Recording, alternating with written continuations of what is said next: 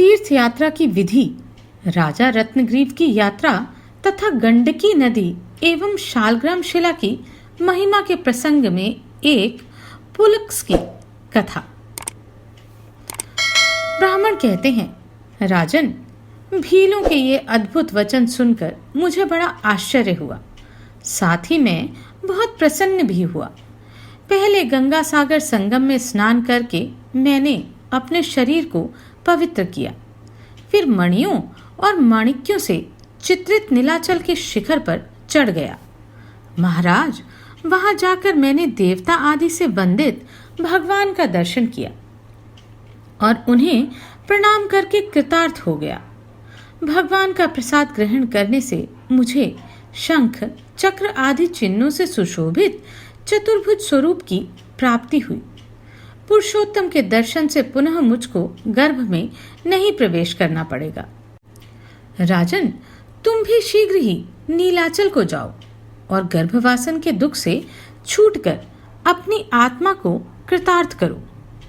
उन परम बुद्धिमान श्रेष्ठ ब्राह्मण के वचन सुनकर राजा रत्नग्रीव का सारा शरीर पुलकित हो गया और उन्होंने मुनि से तीर्थ यात्रा की विधि पूछी। तब ब्राह्मण ने कहा, राजन, तीर्थ यात्रा की उत्तम विधि का वर्णन आरंभ करता हूँ, सुनो।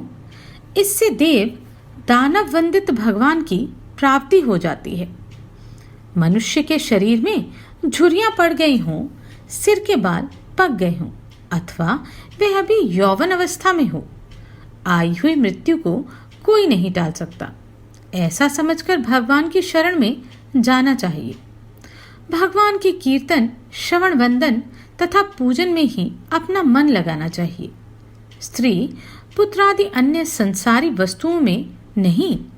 ये सारा प्रपंच नाशवान, क्षण भर रहने वाला तथा अत्यंत दुख देने वाला है। परंतु भगवान जन्म, मृत्यु और जरा तीनों ही अवस्थाओं से परे हैं। वे भक्ति देवी के प्राण वल्लभ और अच्युत हैं। ऐसा विचार कर भगवान का भजन करना उचित है। मनुष्य काम, क्रोध, भय, द्वेष, लोभ और दंभ से अथवा जिस किसी प्रकार से भी यदि भगवान का भजन करे तो उसे दुख नहीं भोगना पड़ता। भगवान का ज्ञान होता है पाप रहित साधु संग करने से। साधु वे ही हैं जिनकी कृपा से मनुष्य संसार के दुख से छुटकारा पा जाते हैं। महाराज, काम और लोभ से रहित तथा वितराग साधु पुरुष जिस विषय का उपदेश देते हैं वह संसार बंधन की निवृत्ति करने वाला है। तीर्थों में श्री रामचंद्र जी के भजन में लगे हुए साधु पुरुष मिलते हैं, जिनका दर्शन मनुष्यों की पाप राशि को भस्म करने के लिए अग्नि का काम करता है। इसलिए संसार बंधन से डरे हुए मनुष्यों को पवित्र जल वाले तीर्थों में, जो सदा साधु महात्माओं के सहवास से सुशोभित रहते हैं, अवश्य जाना चाहिए। नृपश्रेष्ठ, यदि तीर्थों का विधि पूर्वक दर्शन किया जाए तो वे पाप का नाश कर देने वाले हैं। अतः तीर्थ सेवन की विधि का श्रवण करो।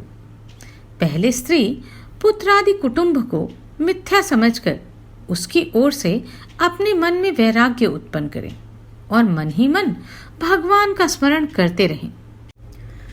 तदनंतर राम राम की रट लगाते हुए तीर्थ यात्रा आरंभ करें। एक कोस जाने के पश्चात वहां तीर्थ आदि में स्नान करके क्षौर करा डालें। यात्रा की विधि जानने वाले पुरुष के लिए ऐसा करना नितांत आवश्यक है। तीर्थों की ओर जाते हुए मनुष्य के पाप उसके बालों पर ही स्थित रहते हैं, अतः उनका मुंडन अवश्य कराएं। उसके बाद बिना गांठ का डंडा, कमंडल और मृगचर्म धारण करें तथा लोभ का त्याग करके तीर्थों उपयोगी वेश बना लें। विधि पूर्वक यात्रा करने वाले मनुष्य को विशेष रूप से फल की प्राप्ति होती है। इसलिए पूर्ण प्रयत्न करके तीर्थ यात्रा की विधि का पालन करें। जिसके दोनों हाथ, दोनों पैर तथा मन अपने वश में होते हैं तथा जिसके भीतर विद्या, तपस्या और कीर्ति रहती है, वही तीर्थ के वास्तविक फल का भागी होता है। हरे कृष्ण भक्त वत्सल गोपते, शरणे भगवन विष्णु माम पाहि बहु संसृते। जीभा से इस मंत्र का पाठ तथा मन से भगवान का स्मरण करते हुए पैदल ही तीर्थ की यात्रा करनी चाहिए, तभी वह महान अभ्युदय का साधक होता है। जो मनुष्य सवारी से यात्रा करता है उसका फल सवारी ढोने वाले प्राणी के साथ बराबर बराबर बंट जाता है। जूता पहनकर जाने वाले को चौथाई फल मिलता है और बैलगाड़ी पर जाने वाले मनुष्य को गौहत्या आदि का पाप लगता है। जो अनिच्छा से भी तीर्थ यात्रा करता है उसे उसका आधा फल मिल जाता है तथा पाप क्षय भी होता ही है, किंतु विधि के साथ तीर्थ दर्शन करने से विशेष फल की प्राप्ति होती है। इस प्रकार मैंने थोड़े ही में यह तीर्थ की विधि बताई है, इसका विस्तार नहीं किया है। इस विधि का आश्रय लेकर तुम पुरुषोत्तम का दर्शन करने के लिए जाओ। महाराज, भगवान प्रसन्न होकर तुम्हें अपनी भक्ति प्रदान करेंगे, जिससे एक ही क्षण में तुम्हारे संसार बंधन का नाश हो जाएगा। नरश्रेष्ठ, तीर्थ यात्रा की यह विधि संपूर्ण पातकों का नाश करने वाली है। जो इसे सुनता है वह अपने सारे भयंकर पापों से छुटकारा पा लेता है। सुमति कहते हैं, सुमित्रा नंदन, ब्राह्मण की यह बात सुनकर राजा रत्नग्रीव ने उनके चरणों में प्रणाम किया।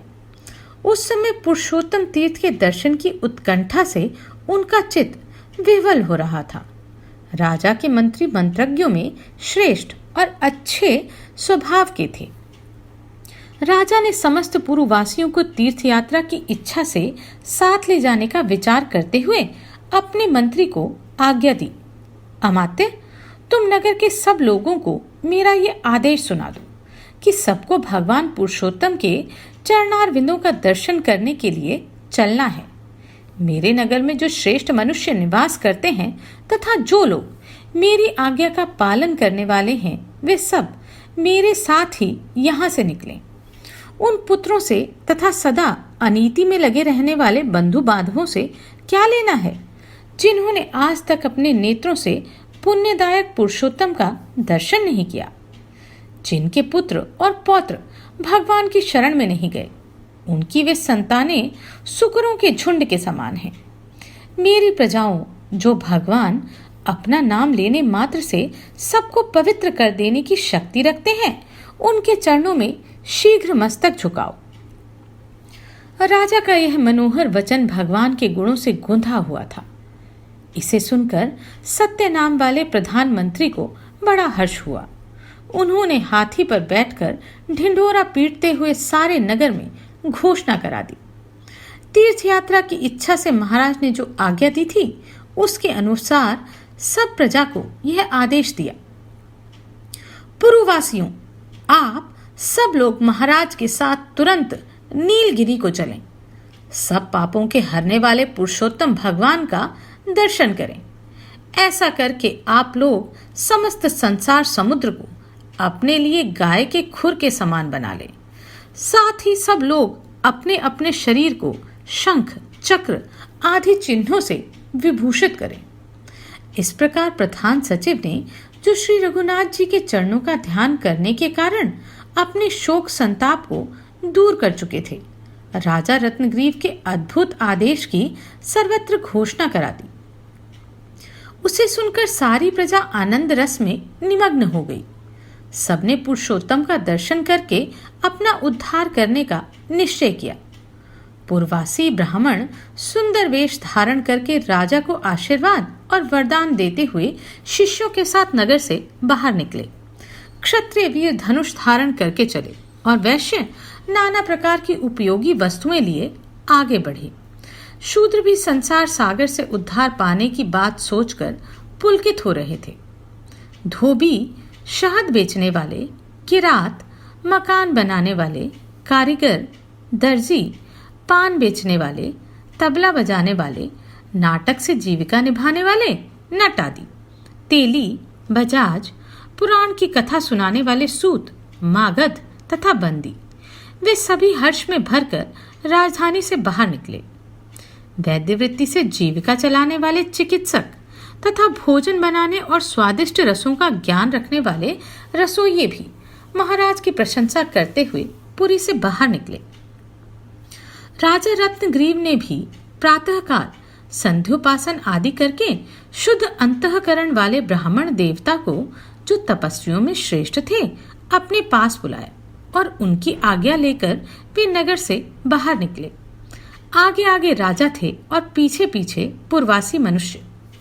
उस समय वे तारों से घिरे हुए चंद्रमा की भांति शोभा पा रहे थे। एक कोस जाने के बाद उन्होंने विधि के अनुसार मुंडन कराया और दंड, कमंडल तथा सुंदर मृग चर्म धारण किए।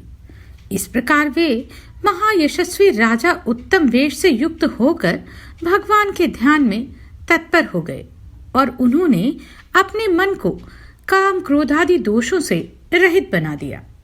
उस समय भिन्न भिन्न बाजों को बजाने वाले लोग बारंबार दुदुम्भी, भेरी, आनक, पणव, शंख और वीणा आदि की ध्वनि फैला रहे थे। सभी यात्री यही कहते हुए आगे बढ़ रहे थे कि समस्त दुखों को दूर करने वाले देवेश्वर, आपकी जय हो। पुरुषोत्तम नाम से प्रसिद्ध परमेश्वर, मुझे अपने स्वरूप का दर्शन कराइए। तदनंतर जब महाराज रत्नग्रीव सब लोगों के साथ यात्रा के लिए चल दिए तो मार्ग में उन्हें अनेकों स्थानों पर महान सौभाग्यशाली वैष्णवों के द्वारा किया जाने वाला श्री कृष्ण का कीर्तन सुनाई पड़ा। जगह जगह गोविंद का गुणगान हो रहा था। भक्तों को शरण देने वाले पुरुषोत्तम लक्ष्मीपते, आपकी जय हो। कांची नरेश यात्रा के पथ में अनेकों अभ्युदयकारी तीर्थों का सेवन और दर्शन करते तथा तपस्वी ब्राह्मण के मुख से उनकी महिमा भी सुनते जाते थे। भगवान विष्णु से संबंध रखने वाली अनेकों प्रकार की विचित्र बातें सुनने से राजा का भलीभांति मनोरंजन होता था और वे मार्ग के बीच बीच में अपने गायकों द्वारा महाविष्णु की महिमा का गान कराया करते थे। महाराज रत्नग्रीव बड़े बुद्धिमान और जितेंद्रिय थे। वे स्थान स्थान पर दीनों, नेत्रहीनों, दुखियों तथा पंगुओं को उनकी इच्छा के अनुकूल दान देते रहते थे।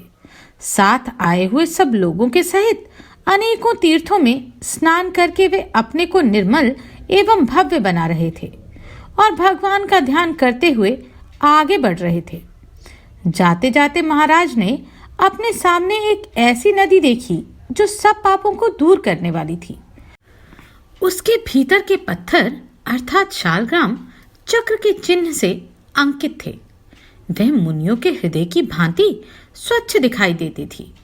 उस नदी के किनारे अनेकों महर्षियों के समुदाय कई पंक्तियों में बैठकर उसे सुशोभित कर रहे थे। उस सरिता का दर्शन करके महाराज ने धर्म के ज्ञाता तपस्वी ब्राह्मण से उसका परिचय पूछा, क्योंकि वे अनेकों तीर्थों की विशेष महिमा के ज्ञान में बड़े चढ़े थे। राजा ने प्रश्न किया, स्वामिन, महर्षि समुदाय के द्वारा सेवित ये पवित्र नदी कौन है जो अपने दर्शन से मेरे चित्त में अत्यंत आह्लाद उत्पन्न कर रही है? बुद्धिमान महाराज का यह वचन सुनकर विद्वान ब्राह्मण ने उस तीर्थ का अद्भुत महात्म्य बतलाना आरंभ किया। ब्राह्मण ने कहा, राजन, यह गंडकी नदी है। इसे शालग्रामी और नारायणी भी कहते हैं। देवता और असुर सभी इसका सेवन करते हैं। इसके पावन जल की उत्ताल तरंगे राशि राशि पातकों को भी भस्म कर डालती हैं। यह अपने दर्शन से मानसिक, स्पर्श से कर्मजनित तथा जल का पान करने से वाणी द्वारा होने वाले पापों के समुदाय को दग्ध करती है। पूर्व काल में प्रजापति ब्रह्मा जी ने सब प्रजा को विशेष पाप में लिप्त देखकर अपने गंड स्थल अर्थात गाल के जल की बूंदों से इस पाप नाशिनी नदी को उत्पन्न किया। जो उत्तम लहरों से सुशोभित इस पुण्य सलीला नदी के जल का स्पर्श करते हैं, वे मनुष्य पापी हों तो भी पुनः माता के गर्भ में प्रवेश नहीं करते। इसके भीतर से जो चक्र के चिन्हों द्वारा अलंकृत पत्थर प्रकट होते हैं, वे साक्षात भगवान के ही विग्रह हैं। भगवान ही उनके रूप में प्रादुर्भूत होते हैं। जो मनुष्य प्रतिदिन चक्र के चिन्ह से युक्त शालग्राम शिला का पूजन करता है, वह फिर कभी माता के उदर में प्रवेश नहीं करता। जो बुद्धिमान श्रेष्ठ शालग्राम शिला का पूजन करता है, उसको दंभ और लोभ से रहित एवं सदाचारी होना चाहिए। पराई स्त्री और पराये धन से मुंह मोड़कर यत्नपूर्वक चक्रांकित शालग्राम का पूजन करना चाहिए। द्वारका में लिया हुआ चक्र का चिन्ह और गंडकी नदी से उत्पन्न हुई शालग्राम की शिला, ये दोनों मनुष्यों के 100 जन्मों के पाप भी एक ही क्षण में हर लेते हैं। हजारों पापों का आचरण करने वाला मनुष्य क्यों न हो, शालग्राम शिला का चरणामृत पीकर तत्काल पवित्र हो जाता है। ब्राह्मण, क्षत्रिय, वैश्य तथा वेदोक्त मार्ग पर स्थित रहने वाले शूद्र, गृहस्थ भी शालग्राम की पूजा करके मोक्ष प्राप्त कर लेते हैं। परंतु स्त्री को कभी शालग्राम शिला का पूजन नहीं करना चाहिए। विधवा हो या सुहागिन, यदि वह स्वर्गलोक एवं आत्म कल्याण की इच्छा रखती है तो शालग्राम शिला का स्पर्श न करे। यदि मोहवश उसका स्पर्श करती है तो अपने किए हुए पुण्य समूह का त्याग करके तुरंत नरक में पड़ती है। कोई कितना ही पापचारी और ब्रह्म हत्यारा क्यों ना हो, शालग्राम शिला को स्नान कराया हुआ जल भगवान का चरणामृत पी लेने पर परम गति को प्राप्त होता है। भगवान को निवेदित तुलसी, चंदन, जल, शंख, घंटा, चक्र, शालग्राम शिला, ताम्रपात्र, श्री विष्णु का नाम तथा उनका चरणामृत, ये सभी वस्तुएं पावन हैं। उपर्युक्त 9 वस्तुओं के साथ भगवान का चरणामृत पाप राशि को दग्ध करने वाला है।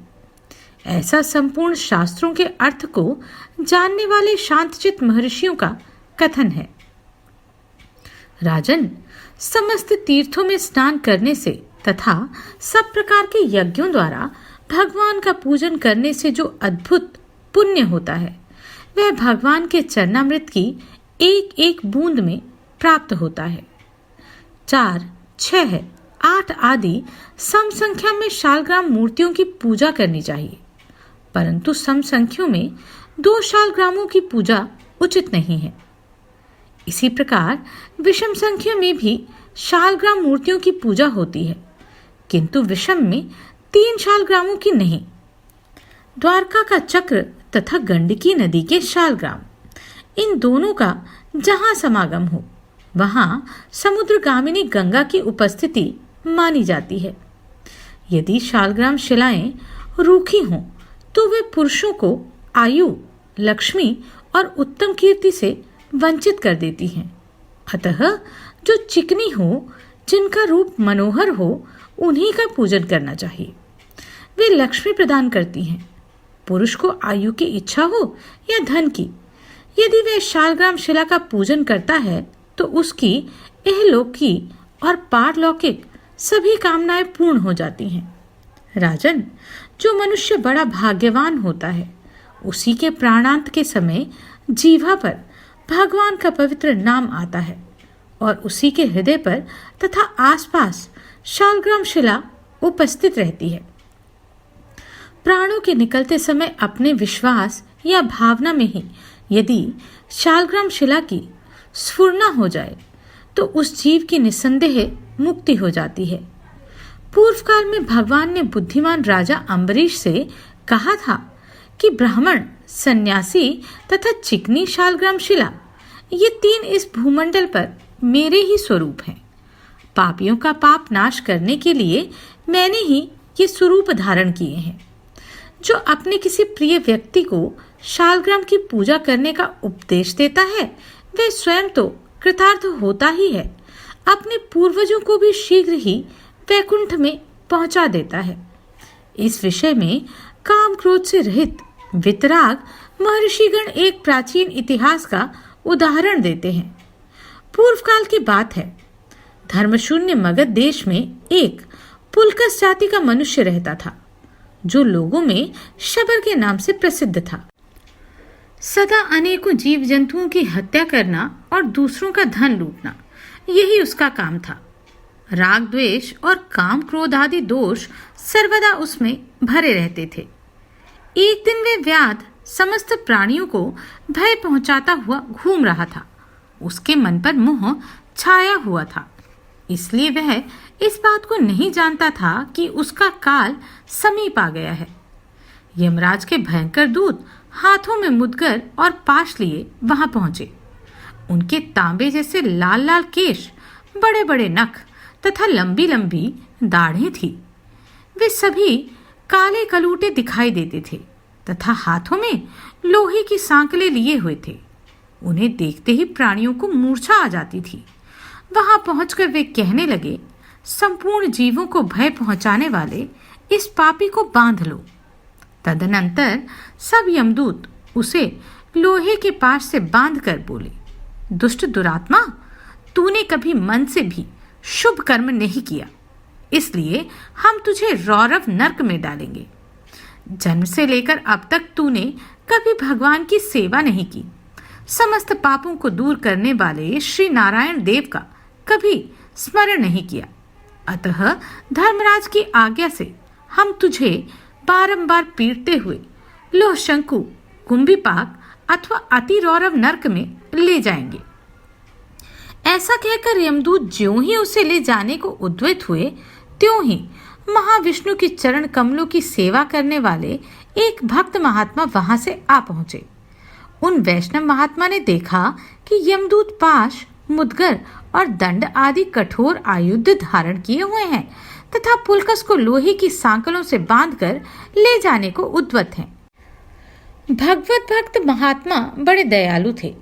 उस समय पुलकस की अवस्था देखकर उनके हृदय में अत्यंत करुणा भर आई और उन्होंने मन ही मन इस प्रकार विचार किया, यह पुलकस मेरे समीप रहकर अत्यंत कठोर यातना को प्राप्त ना हो, इसलिए मैं अभी यमदूतों से इसको छुटकारा दिलाता हूँ। ऐसा सोचकर वे कृपालु मुनीश्वर हाथ में शालग्राम शिला लेकर पुलकस के निकट गए और भगवान शालग्राम का पवित्र चरणामृत, जिसमें तुलसी दल भी मिला हुआ था, उसके मुख में डाल दिया।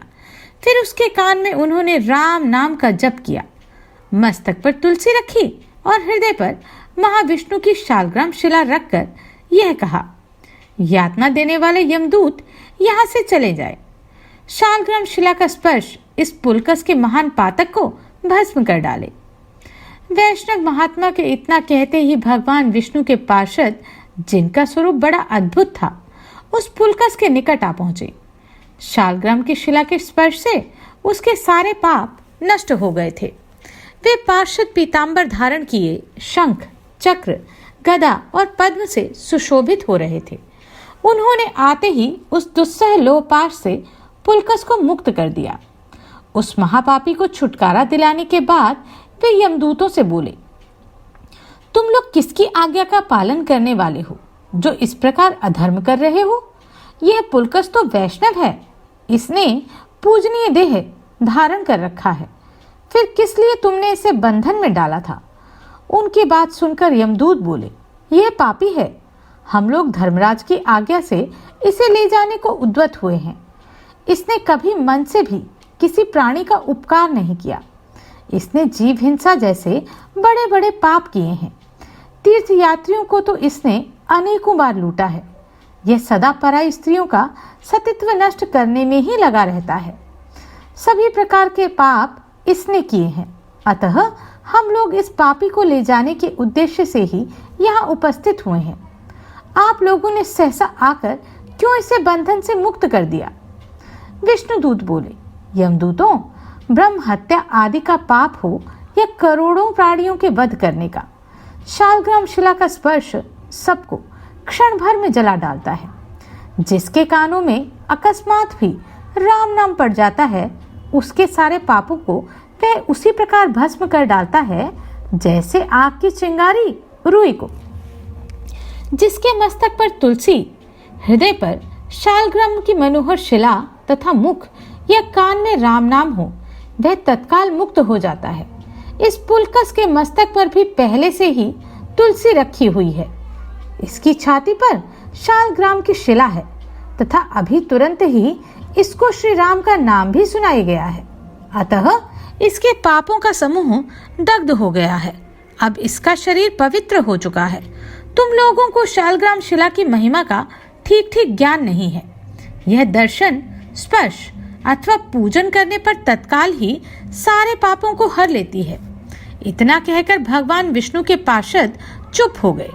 यमदूतों ने लौटकर यह अद्भुत घटना धर्मराज से कह सुनाई तथा श्री रघुनाथ जी के भजन में लगे रहने वाले वे वैष्णव महात्मा भी यह सोचकर कि यह यमराज के पास से मुक्त हो गया और अब परम पद को प्राप्त होगा, बहुत प्रसन्न हुए। इसी समय देवलोक से बड़ा ही मनोहर, अत्यंत अद्भुत और उज्जवल विमान आया तथा वह पुलकस उस पर आरूढ़ हो बड़े बड़े पुण्यवानों द्वारा सेवित स्वर्गलोक को चला गया। वहां प्रचुर भोगों का उपभोग करके वह फिर इस पृथ्वी पर आया और काशीपुर के भीतर एक शुद्ध ब्राह्मण वंश में जन्म लेकर उसने विश्वनाथ जी की आराधना की एवं अंत में परम पद को प्राप्त कर लिया। वह पुलकस पापी था तो भी साधु संघ के प्रभाव से शालग्राम शिला का स्पर्श पाकर यमदूतों की भयंकर पीड़ा से मुक्त हो परम पद को पा गया। राजन, ये मैंने तुम्हें शालग्राम शिला के पूजन की महिमा बतलाई है। इसका श्रवण करके मनुष्य सब पापों से छूट जाता और मोह तथा मोक्ष को प्राप्त होता है।